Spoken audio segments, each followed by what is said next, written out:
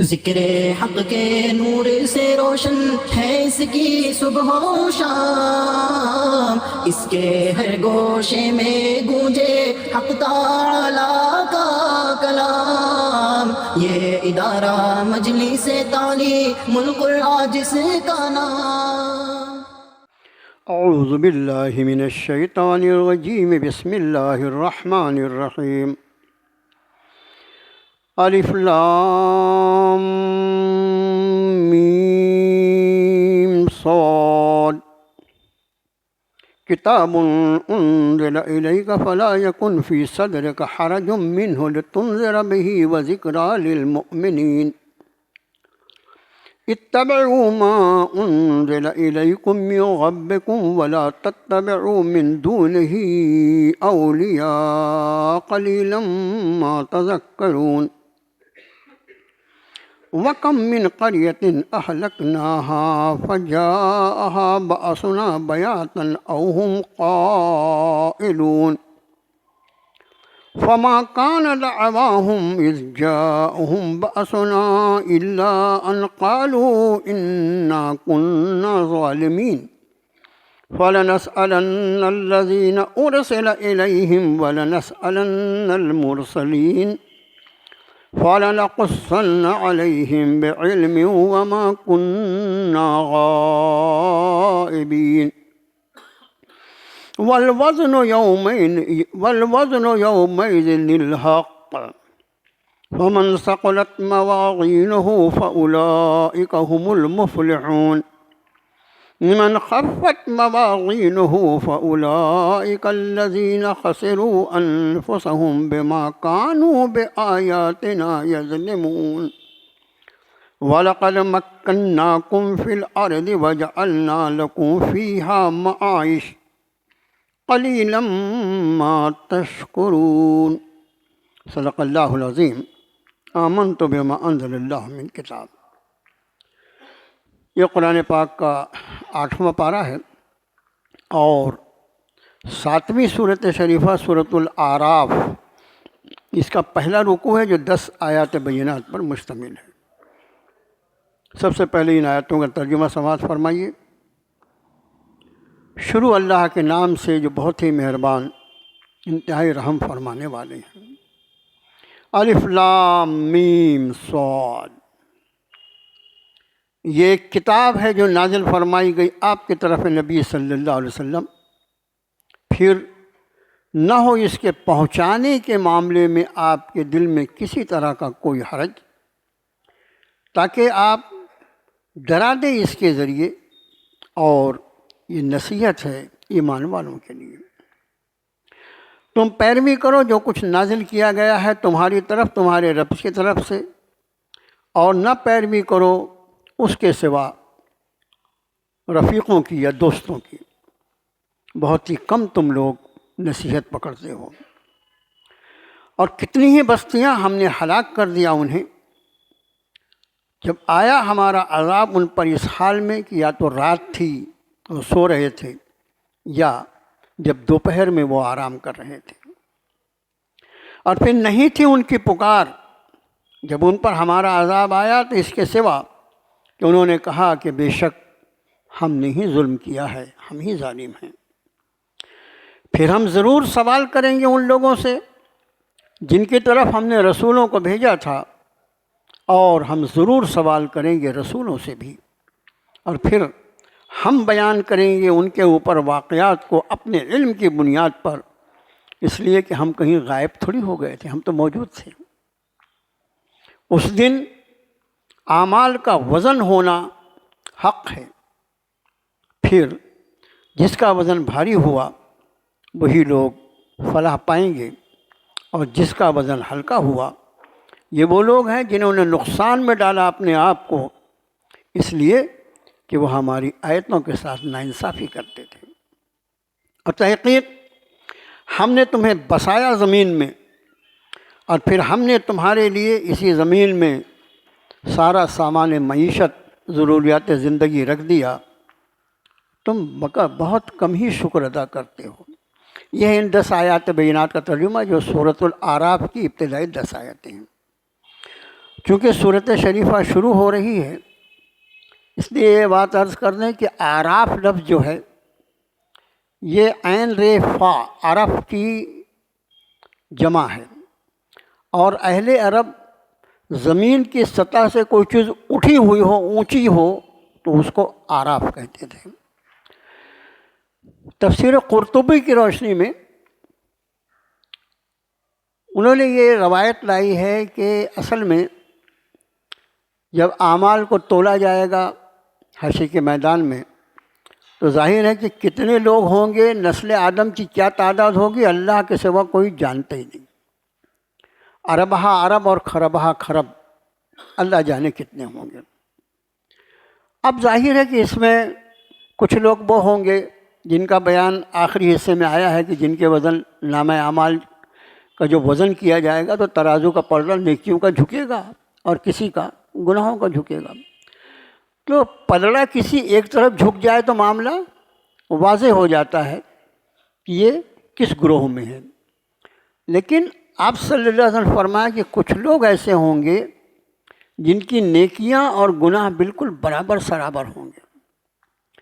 اب ظاہر ہے چونکہ ان کے پاس گناہ ہے اس لیے اس گناہ کو لے کے تو جنت میں جایا نہیں جا سکتا، اور چونکہ نیکیوں کا پلڑا بھی گناہ کے برابر ہے اس لیے ان کو جہنم میں بھی نہیں ڈالا جا سکتا، تو ان کے معاملے کو ملتوی کر دیا جائے۔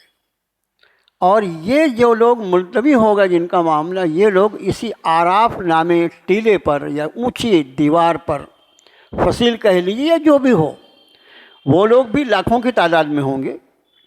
اس پر اللہ تعالیٰ ان کو روکیں گے، اور اس کے بعد احادیث مبارکہ سے اس کا اشارہ ملتا ہے کہ اللہ کی رحمتیں جو ہیں اس کے غضب پر غالب ہے، اس لیے اللہ تعالیٰ ان کو اپنے رحم و کرم سے جنت کا فیصلہ فرما دیں گے۔ یہ ہے اعراف۔ یہ اعراف وہ جگہ جہاں ان لوگوں کو وقتی طور پر روکا جائے گا جن کے گناہ اور نیکیاں برابر برابر ہوں گی۔ یہ تو سورۃ الاعراف کے بارے میں۔ مکی اور مدنی کے اعتبار سے یہ پوری سورۃ شریفہ مکی ہے۔ اس میں 8 آیتیں جو ہیں وہ مدنی ہیں، اور جب وہ آیتیں آئیں گی درس میں تو انشاءاللہ اللہ نے یاد دلایا تو اس وقت عرض کر دیں گے۔ اس مکی صورت میں یہ مدنی آیتیں 8 آیتیں ہیں، 8 یا 9 آیتیں۔ اب اس صورت شریفہ کی ابتدا بھی حروف مقطعات سے ہو رہی ہے۔ حروف مقطعات کے بارے میں الحمدللہ آپ اچھی طرح جانتے ہیں کہ یہ وہ حروف ہیں جو قرآن کا ہی حصہ ہیں، قرآن کا جز ہیں۔ ان کو الگ الگ پڑھا جاتا ہے، اور سب سے اہم بات یہ کہ حروف مقطعات کے اصل معنی اور مفہوم یہ اللہ اور اس کے رسول صلی اللہ علیہ وسلم کے درمیان راز ہے، اور باقی جتنی باتیں کہی جاتی ہیں وہ سب کے سب گمان ہیں، ظن ہیں۔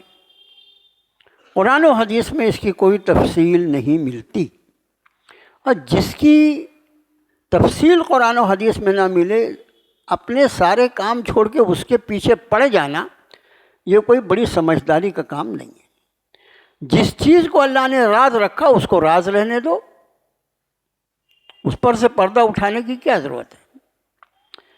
اب ایک خاص بات جو دیکھنے میں آتی ہے کہ جو صورتیں حروف مقطعات سے شروع ہوتی ہیں عموماً 1-2 صورتوں کو، 2-3 صورتوں کو چھوڑ کر عموماً یہ ہوتا ہے کہ حروف مقطعات کے بعد اللہ تعالیٰ قرآن پاک کا یا کتاب کا تذکرہ فرماتے ہیں۔ جیسے دیکھیے شروع ہو رہی ہے سورہ بقرہ، الف لام میم ذالک الکتاب، کتاب کا تذکرہ حروف مقطعات کے فوراً بعد۔ صاد والقرآن ذی الذکر، صاد قسم قرآن کی جو ذکر سے بھرا ہوا ہے، نصیحتوں سے بھرا ہوا ہے۔ تو آپ جتنی بھی صورتیں، اب یہ صورت شریفہ الف لام میم صاد، یہ تو حروف مقطعات ہوئے۔ کتاب انزل الیک، کتاب ہے جو نازل کی گئی آپ کی طرف۔ تو یہ ایک بات میں نے جو مضمون سے واضح ہے، عموماً کہیں ایسا نہیں بھی ہوا دو تین حالتوں میں، لیکن عموماً جتنی صورتیں حروف مقطعات سے شروع ہوتی ہیں اس کے فوراً بعد کتاب کا تذکرہ، قرآن کا تذکرہ، یاسین والقرآن الحکیم، طٰہٰ ما انزلنا علیک القرآن لتشقیٰ۔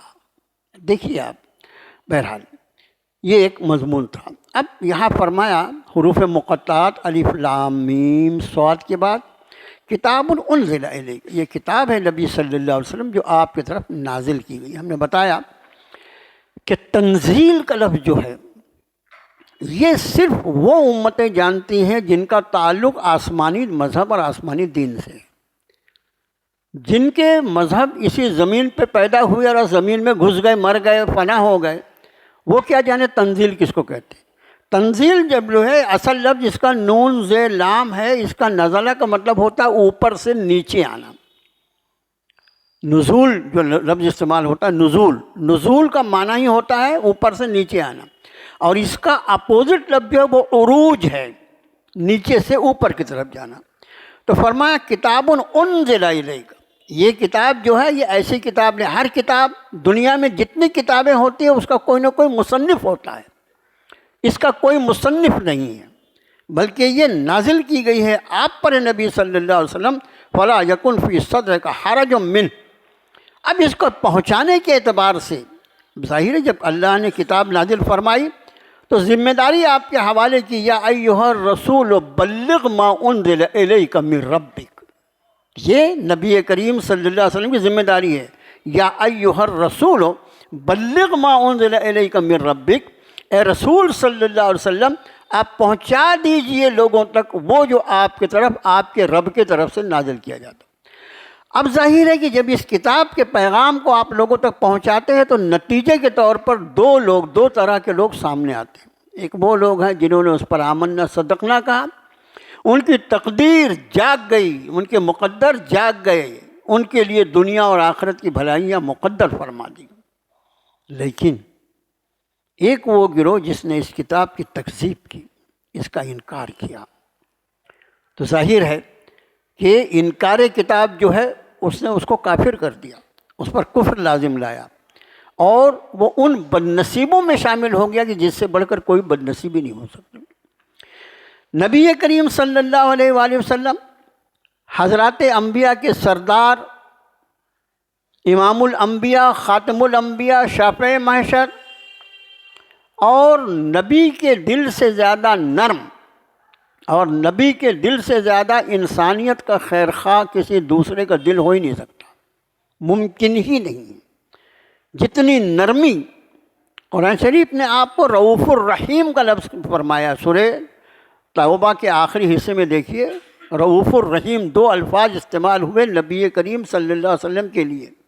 رؤوف کہتے ہیں انتہائی رأفت، انتہائی نرم دل، سب کو اپنے دل میں سمجھ لینے والا، اور رحیم یعنی انتہائی رحم فرمانے والا۔ تو آپ صلی اللہ علیہ وسلم کو جب یہ آپ پیغام الہی پہنچا رہے ہیں تو جو لوگ اس کا انکار کر رہے ہیں ان کی طرف سے آپ کا دل جو ہے وہ انتہائی تکلیف محسوس کرتا ہے کہ ان کے اس انکار کی وجہ سے انہوں نے اپنی دنیا اور آخرت دونوں کو برباد کر دیا۔ یہ مطلب ہے فلا یکن فی صدر کا حرج، نہ رہے آپ کے دل میں کسی طرح کا حرج۔ حرج سے مراد خدا نہ خواستہ اس کے پہنچانے کے اعتبار سے نہیں، بلکہ مفسرین نے لکھا کہ اس کے نتیجے کے اعتبار سے جو انکار کر رہے ہیں، نہیں مان رہے ہیں، ان کے بارے میں آپ کے دل پر انتہائی بوجھ ہے۔ کتنا بوجھ؟ سورہ کہف میں فرمایا فَلَعَلَّكَ بَاخِعٌ نَفْسَكَ عَلَىٰ آثَارِهِمْ إِن لَّمْ يُؤْمِنُوا بِهَٰذَا الْحَدِيثِ أَسَفًا۔ اے نبی صلی اللہ علیہ وسلم، ایسا لگتا ہے کہ اگر یہ اس قرآن پر ایمان نہ لائیں تو آپ اپنے آپ کو ان کے پیچھے ہلاک کر لیں گے۔ اتنی تکلیف آپ کو پہنچتی ہے۔ قرآن پاک کی تفسیر ہمیشہ قرآن کی آیات سے کی جائے، قرآن مضامین کو واضح کرتا ہے۔ اتنا تکلیف آپ محسوس کرتے ہیں ان کے ایمان نہ لانے کی وجہ سے کہ آپ کو قرآن فرماتا ہے ایسا لگتا ہے جیسے آپ اپنے آپ کو ہلاک کر دیں گے۔ اب اگلے حصے میں اسے لتنذر بہ، تاکہ آپ ڈرا دیں اس کے ذریعے، وذکریٰ للمؤمنین، اور نصیحت ایمان والوں کی۔ قرآن جیسے نبی کریم صلی اللہ علیہ وسلم کے بارے میں قرآن نے کہا انا ارسلناک بالحق بشیرا و نذیرا، آپ کی دو صفات، دو نام بتائے، بشیرا و نذیرا، ہم نے آپ کو نبی صلی اللہ علیہ وسلم حق کے ساتھ مبعوث فرمایا، بشارت دینے والا اور ڈر سنانے والا، خوشخبری سنانے والا، ڈر سنانے والا۔ گویا ایک ہی نبی ہیں لیکن ان کی حیثیت دو قرآن بیان فرما رہا ہے، آپ بشیر بھی ہیں نذیر بھی ہیں۔ بشیر ان کے لیے، خوشخبریاں ان کے لیے جنہوں نے آپ کی دعوت حقہ پر لبیک کہا اور اسے تسلیم کر لیا، ان کے لیے خوشخبری ہی خوشخبری ہے، جسے قرآن کے الفاظ میں اگر ہم دیکھیں تو فرمایا کہ ان کے لیے خوشخبری جو ہے پھر دنیا والآخرہ، لہم البشریٰ فی الحیات الدنیا و فی الآخرہ، ان کے لیے بشارت ہی بشارت ہے، خوشخبریاں ہیں دنیا میں بھی اور آخرت میں۔ دنیا اور آخرت دونوں کی زندگیاں خوشخبریوں سے بھری ہوئی، کس کے لیے؟ الذین آمنوا وکانوا یتقون، جنہوں نے ایمان لایا اور پرہیزگاری اختیار۔ لیکن جن لوگوں نے معاذ اللہ اس کو نہیں مانا، اس کے لیے آپ کی ذات جو ہے وہ نذیر ہے۔ یہی مضمون یہاں فرمایا کہ لتنذر بہ، تاکہ آپ اس قرآن کے ذریعے ڈرا دیں، وذکریٰ للمؤمنین، اور ایمان والوں کو نصیحت فرما دیں۔ اب آگے کی آیت میں اتبعوا ما انزل الیکم من ربکم ولا تتبعوا من دونہ اولیاء قلیلا ما تذکرون، پیروی کرو اس کی جو کچھ نازل کیا گیا ہے تمہاری طرف، تمہارے رب کی طرف سے۔ اب دیکھو جمع کا صیغہ استعمال ہوا یہاں، الیکم من ربکم، سب جمع کے صیغے ہیں، کہ تم پیروی کرو اس کی جو نازل کیا گیا تمہارے طرف، تمہارے رب کی طرف سے، ولا تتبعوا من دونہ اولیاء، اور اس کو چھوڑ کر دوسروں کو اپنا رفیق اور اپنا دوست نہ بنانا، قلیلا ما تذکرون، بہت کم تم نصیحت حاصل کرتے ہو، بہت کم غور کرتے ہو۔ اس آیت شریفہ کی روشنی میں پیروی کرو اس کی جو کچھ تم پر نازل کی، تمہارے طرف نازل کیا گیا ہے تمہارے رب کی طرف۔ بعض لوگ بیچارے تو یہ کتاب قرآن جو ہے یہ کتاب ہدایت ہے، لیکن اسی کتاب ہدایت کے مضامین اگر آدمی اپنے دل سے اور اپنی خواہشات نفسانی کو قرآن سے ثابت کرنے کی کوشش کرے تو یہ سمجھ لو کہ یہ قرآن اس کے لیے حجت بنے گا آخرت میں، اور اس کی آخرت برباد ہو جائے گی۔ اپنی من مانی قرآن اس لیے نازل ہوا کہ ہم اپنی من چاہی کو قرآن چاہی کے مطابق بنا لیں، اپنی خواہشات نفسانی کو ہم قرآن کے تابع کر دیں، اس کے لیے قرآن نازل کیا گیا ہے، نہ کہ یہ کہ ہم اپنی سوچ کو، اپنی فکر کو ایک نتیجہ ہم نے اپنے آپ ہی نکال لیا شیطانی وسوسوں کے نتیجے میں، اور پھر ہم کوشش کریں کہ اس کو قرآن کی آیتوں سے ثابت کریں۔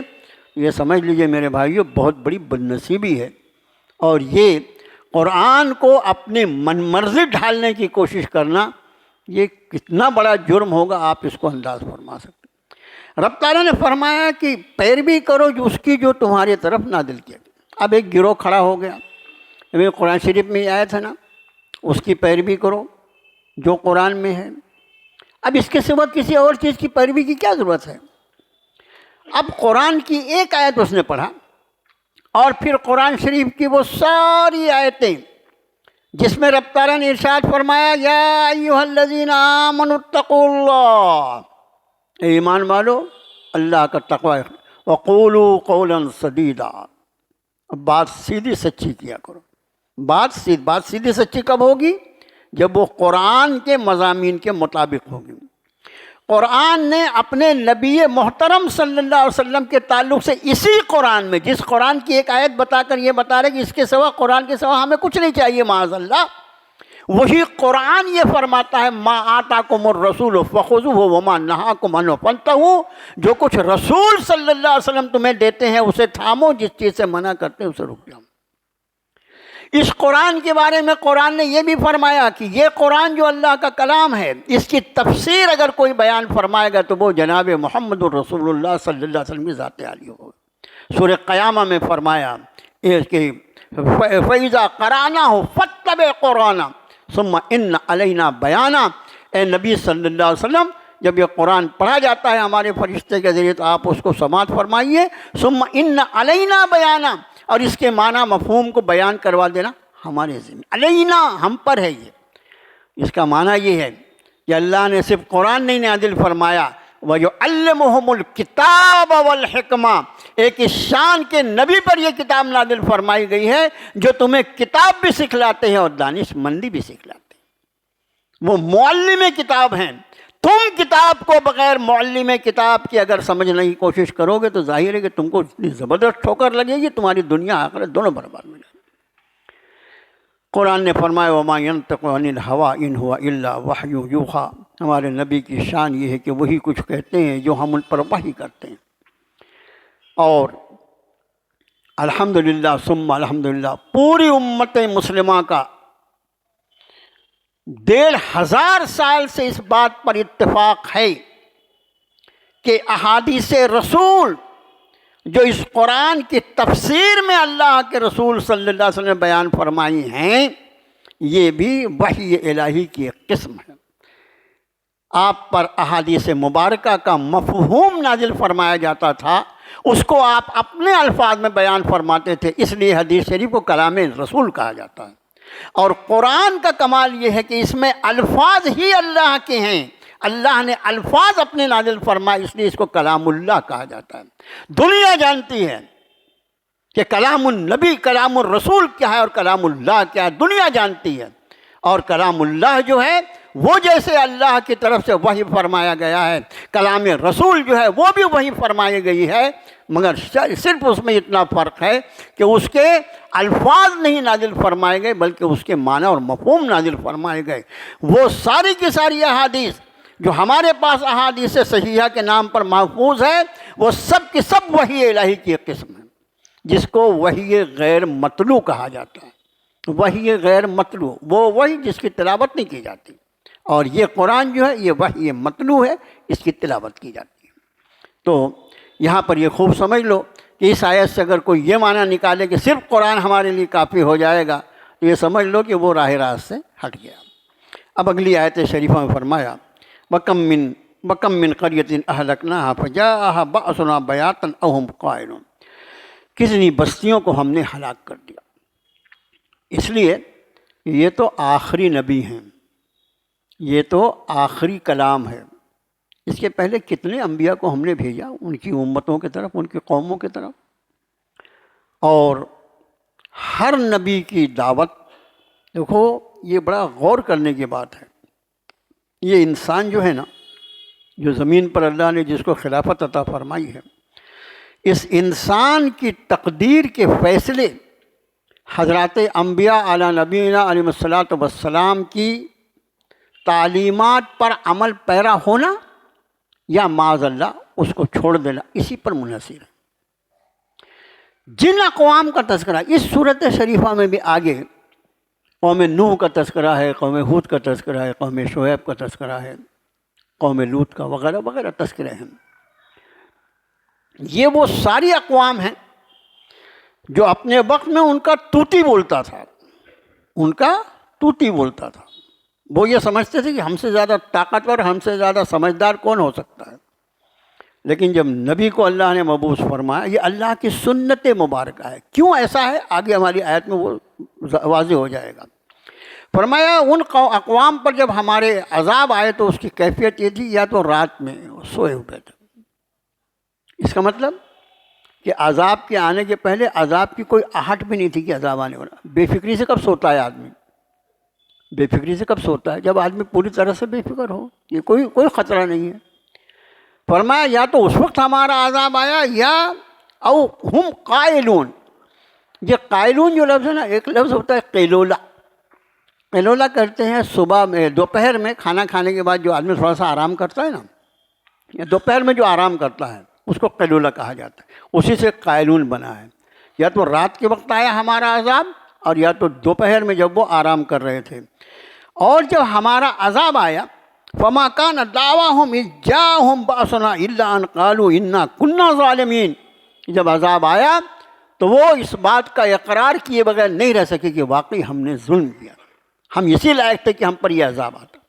لیکن میرے بھائیوں، عذاب کے آ جانے کے بعد پھر اگر آدمی اپنے آپ پر ملامت بھی کرے، توبہ بھی کرے، استغفار بھی کرے، تو پھر اس کی توبہ قبول نہیں کی جاتی۔ ٹھیک اسی طرح انفرادی طور پر، انڈیویجول جس کو ہم بولتے ہیں، انفرادی طور پر جب تک آدمی پر عالم آخرت واضح نہ ہو جائے، یعنی جب تک اس کے سامنے موت کے فرشتے اس کو دکھائی نہ دے جائیں، اس کے پہلے پہلے، جس کو غرغرہ موت کہا جاتا ہے، اس کے پہلے پہلے تک اس کی توبہ قبول۔ لیکن جیسے ہی ملک الموت کو دیکھ لیا، موت کے فرشتے کو دیکھ لیا، اس کی جھلک، اب توبہ قبول نہیں ہوگی۔ اس لیے کہ ایمان اللہ کی بارگاہ میں، یؤمنون بالغیب والا ایمان اللہ کی بارگاہ میں قابل قبول ہے۔ اب فرشتے کو دیکھ لیا اور اب ایمان لا رہا ہے، تو یہ ایمان بالغیب نہیں بلکہ ایمان بالمشاہدہ ہے، اور مشاہدے کے بعد کوئی ایمان لانا اللہ کی بارگاہ میں قبول نہیں۔ ٹھیک اسی طرح عذاب، انبیاء نے عذاب سے ڈرایا، تم اللہ کی دعوت کو قبول کر لو، میں اللہ کا نبی ہوں، جو کچھ کہتا ہوں اسے مان لو، اللہ کے سوا کوئی عبادت کے لائق نہیں، تمہارے معبودان باطل سے اپنے آپ کو الگ کر لو۔ نہیں مانے وہ۔ پھر نبی نے کہا کہ نہ مانو گے تو عذاب آئے گا۔ تو بعض تو اس میں اتنے تھے بے غیرت، یہ متی ھذا الوعد ان کنتم صادقین، صاحب بار بار آپ کہتے عذاب آئے گا، کب آئے گا عذاب؟ لا کے بتاؤ نا۔ جب آدمی کی شامت آئے تو یہ انداز ہوتا ہے۔ اب جب وہ عذاب جو مانگ رہا تھا وہ آ گیا، جیسے ہی عذاب، اب عذاب کو دیکھ لیا اس نے، نبی جو کچھ کہہ رہے تھے ان کی بات کو نہ مانتے ہوئے اپنی آنکھوں سے دیکھ کر عذاب کو مان رہا ہے، اس لیے اللہ کے نزدیک اس کا ایمان اب ناقابل قبول ہے۔ خوب سمجھ لو اس بات کو۔ جیسے موت کے فرشتے کو دیکھنے کے بعد ایمان لانا یا توبہ کرنا قبول نہیں ہے، اسی طرح اگر اللہ کا عذاب آ جائے تو عذاب کو دیکھنے کے بعد پھر اگر آدمی توبہ کرتا ہے تو وہ قبول نہیں ہوتی۔ اب فرمایا فَلَنَسْأَلَنَّ الَّذِينَ أُرْسِلَ إِلَيْهِمْ وَلَنَسْأَلَنَّ الْمُرْسَلِينَ فَلَنَقُصَّنَّ عَلَيْهِمْ بِعِلْمٍ وَمَا كُنَّا غَائِبِينَ، کہ ہم ضرور سوال کریں گے ان لوگوں سے، اُرْسِلَ إِلَيْهِمْ، بھیجے گئے تھے جن کی طرف۔ لفظی ترجمہ کیا ہوتا ہے اس کا؟ بھیجے گئے تھے جن کی طرف۔ کون بھیجا گیا تھا؟ انڈرسٹوڈ ہے کہ ارسلہ لفظ جب ہے تو اس کا مطلب رسولوں کا تذکرہ ہو رہا ہے، کہ ان لوگوں سے بھی پوچھیں گے جن کے طرف رسول بھیجے گئے تھے، وَلَنَسْأَلَنَّ الْمُرْسَلِينَ، اور ہم ضرور بالضرور رسولوں سے بھی سوال کریں گے۔ اس کا معنی اس آیت شریفہ میں کیا مضمون بنا؟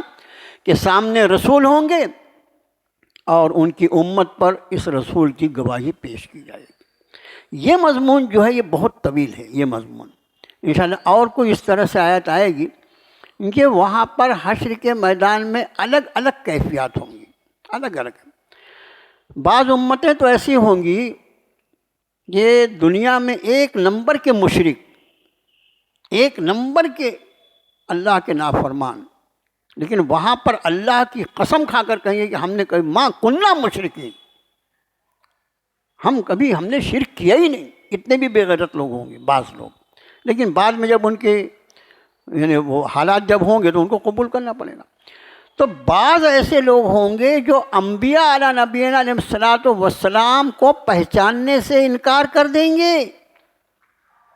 جب رب تعالیٰ، جیسے قوم نوح ہے، قوم نوح پر کون پیش کیا جائے گا؟ حضرت نوح علیہ السلام پیش کیے جائیں گے۔ 950 سال انہوں نے دعوت کا کام کیا، تو کتنی امت ہوگی؟ جب حضرت نوح کو ان کے سامنے رب تعالیٰ کھڑا کریں گے کہ بھئی ان کو میں نے تمہاری طرف بھیجا تھا، تو وہ بے غیرت کہیں گے کون ہے یہ؟ یہ تو کبھی ہمارے پاس آئے نہیں۔ اس لیے میں نے کہا یہ مضمون بہت طویل ہے۔ بہرحال اس آج وقت کے کمی کی وجہ سے صرف اتنا سمجھیے کہ رب تعالیٰ فرما رہے ہیں ان سے بھی پوچھیں گے جن کی طرف رسول بھیجے تھے۔ آپ کی طرف کوئی رسول آئے نہیں، ہمارے اور آپ کی طرف بھی کوئی رسول آئے، تو اس میں ارسل الیہم میں میں اور آپ بھی شامل ہیں۔ ہم لوگ قرآن شریف ایسا پڑھتے ہیں کہ یہ مضمون اس کے لیے ہے، اس کے لیے، تیرے لیے بھی ہے نا۔ ہم ضرور سوال کریں گے ان سے جن کی طرف رسول کو بھیجا تھا۔ ہمارے طرف رسول نہیں، سید الرسول کو بھیجا گیا۔ ہمارے طرف رسولوں کے سردار کو بھیجا گیا۔ ہمارے طرف خاتم الرسول کو بھیجا گیا۔ ہمارے طرف خاتم النبیین کو بھیجا گیا۔ ظاہر ہے کہ جن کی طرف صرف نبی بھیجے گئے، اگر ان سے سوال کیا جائے گا تو ہمارے طرف جہاں خاتم الانبیاء ہم سے کیوں نہیں پوچھا جائے گا؟ اس آیت کی روشنی میں میرے بھائیوں اس دن کا تصور کرو کہ جب جناب محمد الرسول اللہ صلی اللہ علیہ وسلم کی ہم پر گواہی پیش کی جائے گی. یوم یعض الظالم علی یدیہ یقول یا لیتنی اتخذت مع الرسول سبیلا. سورہ فرقان کی آیت ہے، 19واں پارہ شروع ہوتا ہے یہاں. جس دن ظالم اپنے ہاتھ کاٹ کاٹ کھائے گا. جب آدمی بہت پریشان ہو جاتا ہے تو اپنے ہاتھ چبا جاتا ہے. قرآن فرما رہا ہے جس دن ظالم اپنے ہاتھ کاٹ کاٹ کھائے گا اور کہے گا کاش میں نے رسول صلی اللہ علیہ وسلم کے ساتھ راستہ اختیار کیا. یا ویلتا لیتنی لم اتخذ فلانا خلیلا. ہائے میری بدبختی، اے کاش میں نے اس فلاں کو اپنا دوست نہ بنایا ہوتا. لقد اضلنی عن الذکر بعد اذ جاءنی وکان الشیطان للانسان خذولا. میرے پاس ذکر آ گیا تھا، میرے پاس قرآن آ گیا تھا، میرے پاس کتاب نصیحت آ گئی تھی، اس کے بعد بھی اس ظالم نے مجھ کو دھوکہ دے دیا، بہکا دیا. اور شیطان تو انسان کو عین وقت پہ دھوکہ دے ہی دیتا ہے. 3 آیتیں ہوئیں اور چوتھی آیت ہل جائے آدمی. وقال الرسول یا رب ان قوم اتخذوا هذا القرآن مہجورا. اور جب رسول صلی اللہ علیہ وسلم فرمائیں گے، رسول کا لفظ واحد آیا ہے، رسول کا لفظ واحد آیا. جب رسول صلی اللہ علیہ وسلم فرمائیں وقال الرسول یا رب ان قوم اتخذوا هذا القرآن مہجورا. اور جب رسول صلی اللہ علیہ وسلم فرمائیں گے اے میرے رب یہی میری وہ قوم ہے جس نے قرآن کو چھوڑ دیا. گویا جب رسول اللہ صلی اللہ علیہ وسلم کی گواہی ہم پر گزاری جائے گی تو اس امت کے جن لوگوں نے قرآن سے ترک تعلق کر لیا تھا ان کے خلاف گواہی پڑے گی اللہ کے رسول صلی اللہ علیہ وسلم. سوچو میرے دوستو، قرآن نے فرمایا افلا یتدبرون القرآن ام علی قلوب اقفالها. قرآن پہ یہ غور کیوں نہیں کرتے؟ کیا ان کے دلوں پہ تالے پڑے ہوئے ہیں؟ جس دن ساری امتوں پر رسول کھڑے کیے جائیں گے، ان امتوں کے رسول ہم پر ہمارے رسول صلی اللہ علیہ وسلم کی گواہی گزاری جائے گی. اس گواہی کو سامنا کرنے کے لیے اپنے آپ کو ذہنی طور پر نہیں عملی طور پر تیار کرو. ہمارے ایک بہت پرانے ساتھی ایک میت میں مل گئے 8-10 دن پہلے. میت میں ملے، اب عمر ہمارے آس پاس کی، اب وہ ایسا اتنا کلین شیو، ایسا لگتا ہے کہ دن بھر میں 2 بار داڑھی بناتا کہ 3 بار بناتا. میں نے بھائی وقت آ رہا ہے جانے کا بھائی.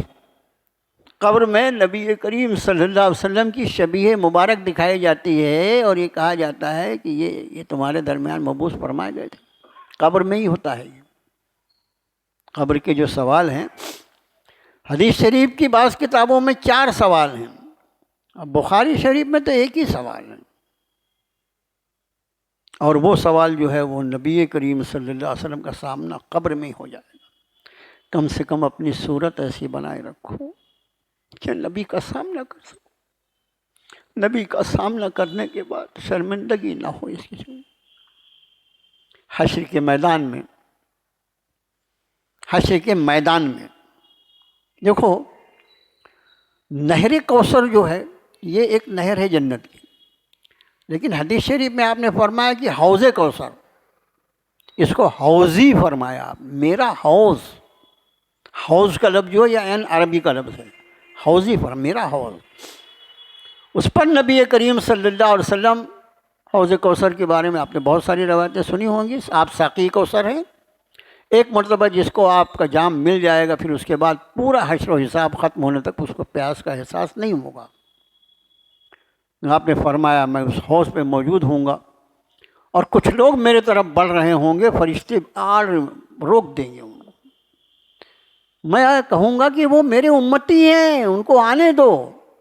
فرشتے کہیں گے اللہ کے رسول صلی اللہ علیہ وسلم انہوں نے آپ کے بعد آپ کے دین میں بدعات پیدا کر دی تھی، نئی نئی باتیں ایجاد کی تھیں، اور پھر میں کہوں گا ہٹا دو، دور کرو. جس کو شافع محشر کہہ دے دور کرو دور کرو، اس کا کیا ہوگا حشر میں؟ میرے بھائیوں، بہت نازک مضمون ہے۔ انبیاء علیہ نبی صلاۃ والسلام کے تعلق سے بھی میں نے تھوڑی دیر پہلے عرض کیا کہ ہماری تقدیر جو ہے وہ دعوت نبوت کے ساتھ جڑی ہوئی ہے۔ ہم نے جتنی اس دعوت کی قدردانی کی، اس طرح اللہ کی بارگاہ میں ہماری قدردانی کی جائے گی، اور جس طرح ہم نے اس دعوت کے ساتھ بے ادبی کی ہے، اسی طرح سے پھر انسان کو وہاں پر رسوا کیا جائے۔ اگلی آیت شریفہ میں فرمایا والوزن یومئذ الحق۔ وزن یعنی وزن، وزن یعنی وزن، یومئذ اس دن حق ہے۔ اب کس چیز کا وزن؟ تو یہاں پر ترجمہ نگار کو آگے ایک لفظ بڑھانا پڑتا، اعمال کا وزن اس دن حق ہے۔ اس لیے کہ پھر قرآن شریف کی کئی آیتیں ایسی ہیں، جیسے ہم بہت سورہ زلزال کا آخری حصہ، وَمَن يَعْمَلْ، یہ وَمَن يَعْمَلْ، اپنی جس کسی نے ذرا برابر نیکی کی ہوئی، مثقال ذرۃ خیرا یرا وَمَن يَعْمَلْ مثقال ذرۃ شرا یرا، ذرا برابر خیر کیا ہوگا وہ بھی دیکھے گا، ذرا برابر شرارت کی ہوگی وہ بھی دیکھے گا۔ اس کا معنی سارے کے سارے اعمال جو ہیں وہ مشکل کر کے لائے جائیں گے۔ بعض مفسرین نے کہا کہ اعمال جو ہیں وہ مشکل کریں گے۔ یہاں پر نماز آدمی پڑھتا ہے، لیکن یہ نماز جو ہے اس کو مشکل کر کے لایا جائے گا۔ اور احادیث مبارکہ میں اس کی بڑی جیسے آپ دیکھیے قربانی کا جانور، قربانی کے جانور کے بارے میں فرمایا قربانی کا جانور جو ہے وہ فربا ہونا چاہیے، صحت، اس لیے کہ تیری سواری رہے۔ اب قربانی جانور ہم تو یہاں پر کھا گئے اس کو، لیکن اسی جانور کو جوں کا توں اللہ تعالیٰ اپنی شان کے مطابق کھڑا کریں گے، اس پہ سواری کروائیں۔ بہت سے جو اپنے صراط پر جب چلنا ہوگا تو اس سواری پہ گزر جائیں گے وہ لوگ۔ زکوٰۃ نہ دینا، زکوٰۃ کس کی نہیں دیتا؟ پیسے کی نہیں دیتا، سونے چاندی کی نہیں دیتا۔ حدیث شریف میں ہے کہ یہی خزانہ جو ہے یہ جہنم کی آگ پہ تپایا جائے گا، اور پھر اس سے اس کی پیشانیاں، اس کی پیٹھ اور اس کی کروٹیں لگے۔ سورہ توبہ کی آیت ہے، اب آیت پڑھیں تو اور دیر ہو جائے گی۔ میرے بھائیوں، اعمال مشکل ہوں گے، جیسی بھی شکل ہوگی حشر کے میدان میں سامنے آ جائے گی۔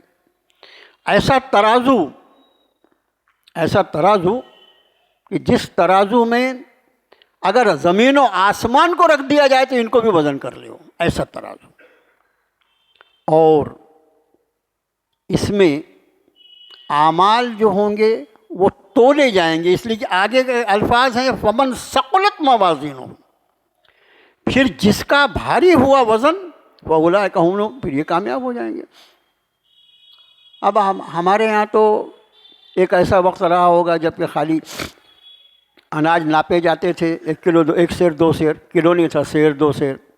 ابھی تو دنیا بھر کی چیزوں کو ناپنے کے تمہارے پاس کتنے ترازو ہیں؟ ذرا یہ تو جو چیز ناپتی ہے اس کو ترازو کہا جاتا ہے۔ درجہ حرارت کو ناپنے کے لیے تھرمامیٹر ہے آپ کے پاس، تھرمامیٹر سے ناپتے ہو نا۔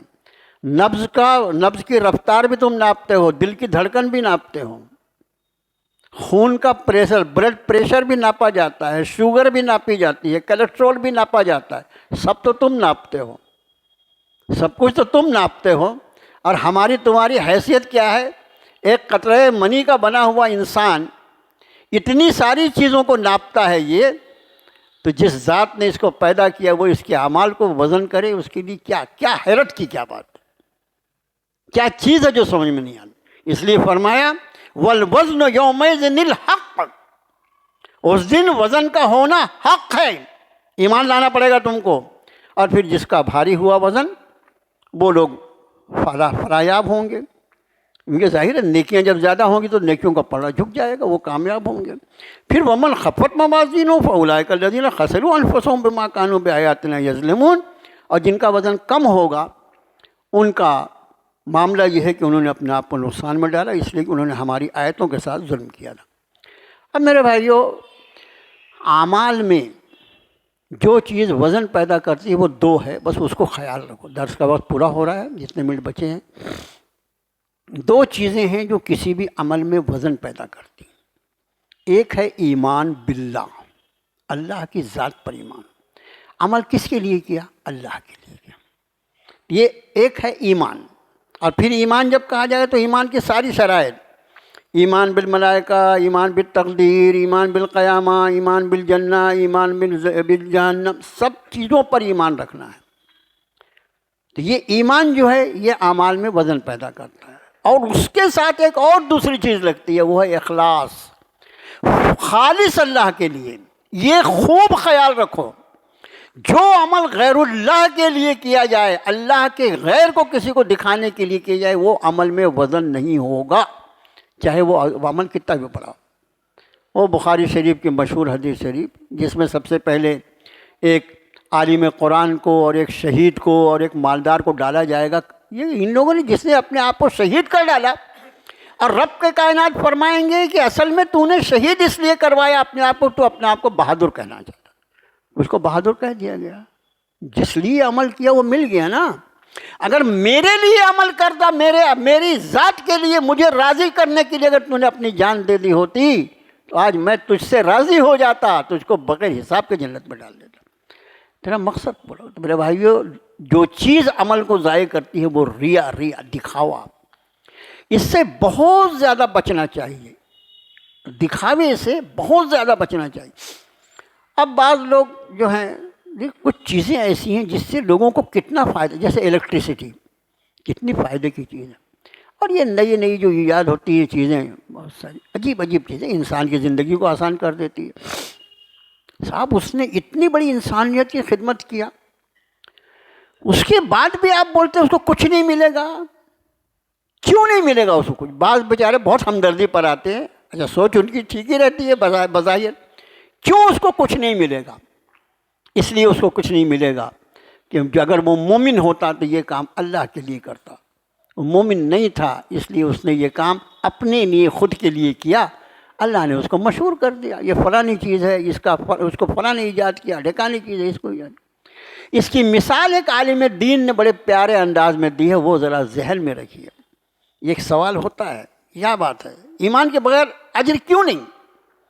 اس کی جو مثال انہوں نے دی بہت ہی پیاری ہے۔ انہوں نے کہا تم ایک لکھو، ایک، یہ ایک جو ہے اس کو تم توحید کہہ لو۔